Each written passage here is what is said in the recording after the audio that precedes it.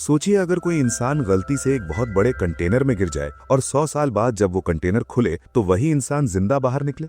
इसी अजीब से सवाल के साथ कहानी शुरू होती है। साल 1919 है। ईस्टर्न यूरोप में हर्षल नाम का एक यहूदी आदमी अपनी पत्नी के साथ रहता है। दोनों की जिंदगी पहले से ही मुश्किलों से भरी है और ऊपर से उनके गांव पर रूसी सेना हमला कर देती है। हालात इतने खराब हो जाते हैं कि उन्हें अपना घर छोड़कर अमेरिका जाना पड़ता है। वो लोग सिएटल पहुंचते हैं, जहां हर्षल को एक अचार बनाने वाली फैक्ट्री में काम मिल जाता है। फैक्ट्री की हालत बेहद गंदी है, हर तरफ चूहे हैं। हर्षल का काम है इन चूहों को मारना। अजीब काम है, लेकिन वो इसे पूरी मेहनत से करता है। धीरे धीरे उसके पास पैसे आने लगते हैं। इन पैसों से वो सबसे पहले अपने और अपनी पत्नी के लिए कब्र खरीदता है, पास ताकि मरने के बाद भी दोनों साथ रहें। ये सुनने में अजीब लगता है, लेकिन उस वक्त उसके लिए यही सबसे सुरक्षित फैसला था।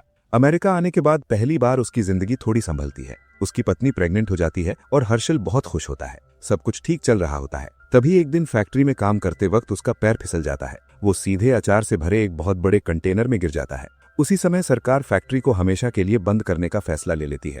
वजह साफ होती है, फैक्ट्री इतनी गंदी है कि लोग बीमार पड़ रहे हैं। अधिकारी वहां आते हैं, फैक्ट्री सील कर दी जाती है और जिस कंटेनर में हर्षल गिरा होता है उसका ढक्कन भी बंद कर दिया जाता है। किसी को पता ही नहीं चलता कि हर्षल अंदर फंसा हुआ है। समय बीतता है, पूरे 100 साल निकल जाते हैं। किसी को नहीं पता कि हर्षल कहाँ गया, क्या हुआ। फिर एक दिन उसी बंद पड़ी फैक्ट्री के बाहर दो लड़के ड्रोन उड़ा रहे होते हैं। मजाक मजाक में वो ड्रोन को फैक्ट्री के अंदर भेज देते हैं। अंदर अंधेरे में ड्रोन एक पुराने कंटेनर से टकरा जाता है और गिर जाता है।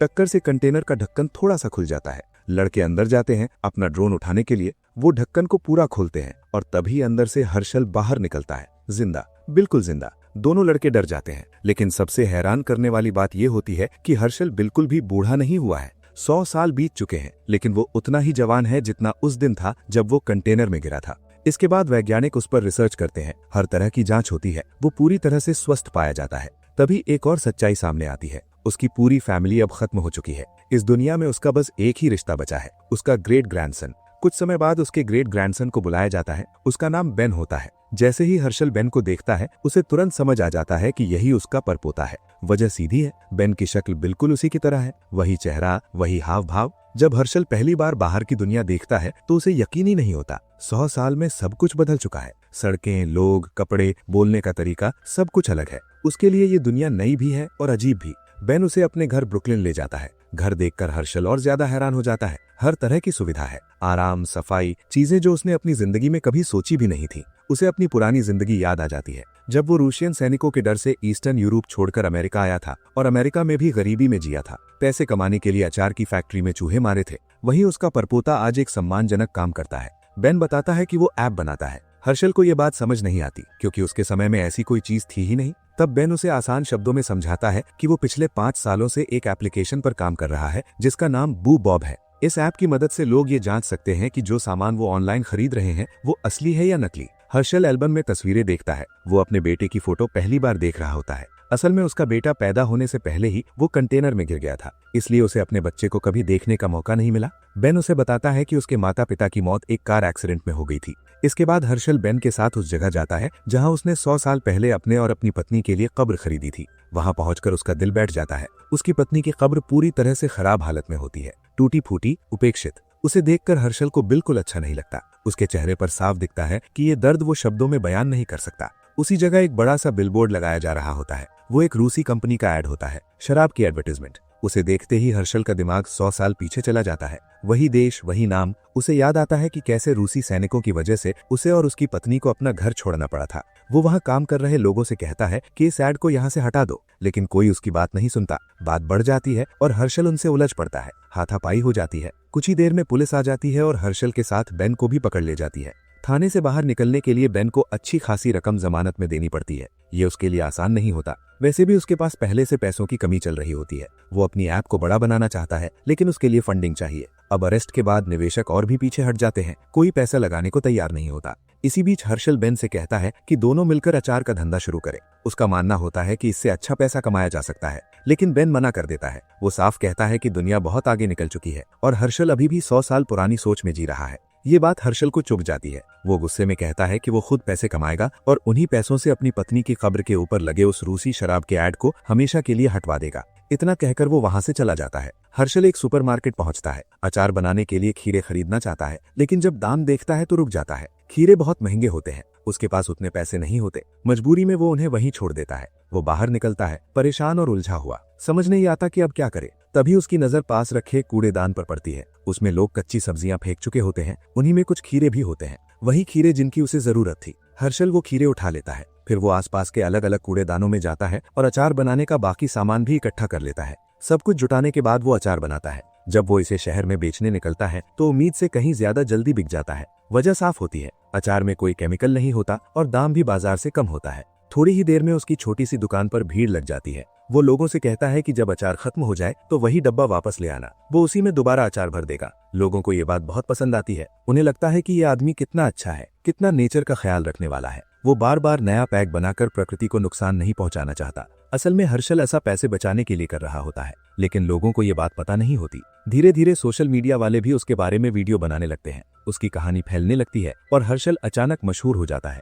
उसके पास अब अच्छी कमाई आने लगती है। दूसरी तरफ बेन की हालत वही रहती है। उसकी एप्लीकेशन के लिए अभी भी फंडिंग नहीं मिलती। एक दिन वो सोशल मीडिया पर अपने ग्रेट ग्रैंडफादर हर्षल का वीडियो देखता है कि लोग उसके अचार को कितना पसंद कर रहे हैं और वो अच्छा पैसा भी कमा रहा है। ये बात बेन को चुभ जाती है। हर्षल ने उसे जो चुनौती दी थी वो उसे हारना नहीं चाहता। इसी गुस्से में वो हेल्थ डिपार्टमेंट में शिकायत कर देता है। वो बताता है कि हर्षल कूड़ेदान से उठाई गई सब्जियों से अचार बना रहा है। इसके बाद अधिकारियों की रेड पड़ती है। हर्षल का काम तुरंत बंद कर दिया जाता है। उस पर $12,000 का जुर्माना भी लगा दिया जाता है। जो भी पैसे उसने कमाए होते हैं सब खत्म हो जाते हैं। पूरी मेहनत एक झटके में मिट्टी में मिल जाती है। उसी वक्त उसके 2 ग्राहक उससे बात करते हैं। वो उसे समझाते हैं कि अगर उसे दोबारा अचार बेचना है तो हेल्थ डिपार्टमेंट के नियमों के हिसाब से काम करना होगा और इसके लिए उसे लोगों की जरूरत पड़ेगी, यानी मैन पावर। उसे इंटर्न रखने होंगे। उन दोनों ग्राहक उसे समझाते हैं कि इंटर्न रखने का मतलब ये नहीं कि उन्हें सैलरी देनी पड़े, उन्हें बस काम सिखाया जाएगा और बदले में वो मदद करेंगे।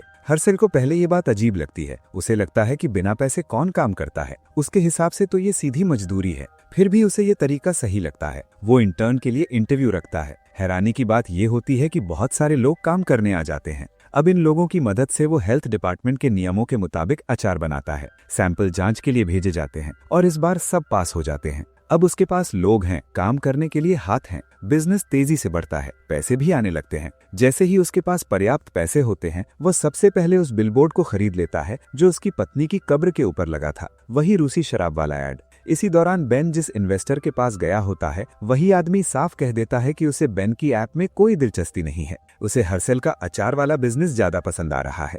हर्षल वो बिलबोर्ड का पोस्टर लेकर बेन के पास जाता है। वो खुश होता है। उसे लगता है कि उसने अपना वादा पूरा कर दिया। साथ ही वो बेन की मदद भी करना चाहता है, लेकिन बेन अंदर ही अंदर जल रहा होता है। उसे ये बात हजम नहीं होती कि हर्षल उससे आगे निकल गया। बातों बातों में हर्षल पोलैंड के लोगों को लेकर कुछ ऐसी बातें कह देता है जो 100 साल पुरानी सोच से जुड़ी होती हैं। आज के समय में वो बातें गलत और विवादित मानी जाती हैं। यहीं से बेन को एक आइडिया आता है। वो हर्षल से कहता है कि क्यों ना वो अपना ट्विटर अकाउंट बनाए और ये सारी बातें वहां खुलकर कहे। हर्षल बिना ज्यादा सोचे मान जाता है। वो वही सब सोशल मीडिया पर पोस्ट करता है। नतीजा तुरंत सामने आता है। लोग उसके खिलाफ हो जाते हैं। उसके बिजनेस का बॉयकॉट शुरू हो जाता है। यहाँ तक कि उसके अपने इंटर्न भी उसका साथ छोड़ देते हैं। लेकिन हर्षल अपनी बात वापस नहीं लेता। वो अपनी सोच बदलने को तैयार नहीं होता। धीरे धीरे कुछ लोग ऐसे भी सामने आते हैं जो पुराने विचारों से जुड़े होते हैं। उन्हें हर्षल की बातें सही लगती हैं। वो उसका सपोर्ट करने लगते हैं। इसी वजह से हर्षल को एक प्लेटफॉर्म पर बुलाया जाता है। वहाँ उसकी बहस एक कॉलेज प्रोफेसर से होनी होती है।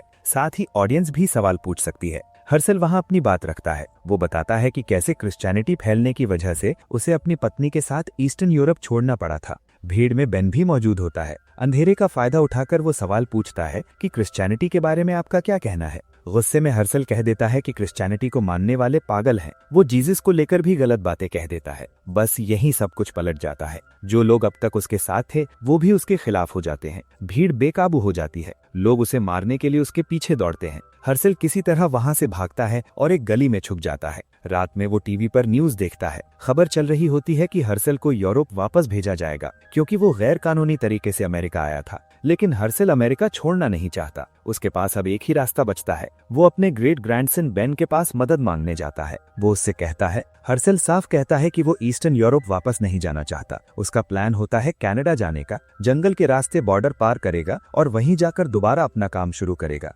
इसके लिए उसे बेन की मदद चाहिए होती है। बेन मान जाता है। अगले दिन दोनों जंगल के रास्ते निकल पड़ते हैं। रास्ते में बेन के हाथ में चोट लग जाती है। हर्षल बिना कुछ सोचे अपने कपड़े का टुकड़ा फाड़ता है और उसके हाथ पर बांध देता है। अंदर ही अंदर वो बेन से बहुत प्यार करता है, भले ही उसने कभी खुलकर नहीं दिखाया हो। रात हो जाती है, ठंड बहुत ज्यादा होती है। हर्षल बेन को अपने पास खींच लेता है ताकि उसे ठंड न लगे। अगली सुबह दोनों बॉर्डर के पास पहुंच जाते हैं। यही बेन के अंदर की बात बाहर आ जाती है। उसे अपने किए पर बुरा लग रहा होता है। वो सच बता देता है कि भीड़ में क्रिश्चियनिटी वाला सवाल उसी ने पूछा था। उसे पहले से पता था कि हर्षल क्या जवाब देगा। ये सुनते ही हर्षल का गुस्सा फूट पड़ता है। वो बेन को एक पंच मार देता है। बेन बेहोश हो जाता है। उसी वक्त वहाँ आर्मी के लोग भी पहुंच जाते हैं। हर्षल छुप जाता है। उसके पास बेन का ट्रिमर होता है। वो अपनी दाढ़ी काट लेता है और बिल्कुल बेन जैसा दिखने लगता है। फिर वो सैनिकों के सामने जाकर खुद को बेन बताता है। कहता है कि वो ऐप डेवलपर है। सैनिक उसकी बात मान लेते हैं और उसे जाने देते हैं। कुछ देर बाद सैनिकों को असली बेन मिल जाता है, लेकिन वो उसे बेन नहीं हर्षल समझ लेते हैं। उसे पकड़ लिया जाता है। उस पर केस चलता है। बेन बार बार कहता है कि वो हर्षल नहीं है, लेकिन कोई उसकी बात नहीं सुनता। आखिरकार उसे ईस्टर्न यूरोप उसी गांव में भेज दिया जाता है जहां से 100 साल पहले हर्षल अमेरिका आया था। वहां हालात बेन के लिए बेहद मुश्किल होते हैं। कोई इंग्लिश नहीं समझता। वो पूरी तरह टूट जाता है। आखिरकार वो यहूदी लोगों के मंदिर में जाता है। उधर हर्षल को सब पता चल जाता है कि बेन के साथ क्या हुआ। उसे बहुत पछतावा होता है। वो बेन के घर जाता है। वहाँ उसकी पुरानी तस्वीरें देखता है। तभी उसे एक बचपन की ड्राइंग मिलती है। उसमें बेन ने अपने माता पिता की तस्वीर बनाई थी। अपने पिता का नाम उसने भूप और माँ का नाम बॉब लिखा था। यही नाम उसकी ऐप का भी था। तभी हर्षल को समझ आता है कि बेन के लिए उसका परिवार कितना अहम था। वो हमेशा ये गलत समझता रहा कि बेन को अपने परिवार या नाम से कोई मतलब नहीं है। अब हर्षल फैसला करता है कि वो खुद यूरोप जाएगा और बेन को वापस लाएगा। वो उसी गांव के यहूदी मंदिर में पहुंचता है। वहीं बेन मिलता है। हर्षल उससे माफी मांगता है। कहता है कि अब उसे समझ आ गया है कि बेन अपने माता पिता और अपने परिवार की कितनी इज्जत करता है। वो कहता है कि बेन के माता पिता को उस पर जरूर गर्व होता। बेन भी उससे माफी मांगता है। इसके बाद दोनों उस झील के किनारे जाते हैं जहां हर्षल कभी अपनी पत्नी के साथ जाया करता था। फिर दोनों अमेरिका लौट आते हैं। तय होता है कि अचार का बिजनेस फिर से शुरू किया जाएगा, इस बार मिलकर। बेन कहता है कि वो इस बिजनेस के लिए एक वेबसाइट बनाएगा। यहीं ये कहानी खत्म होती है।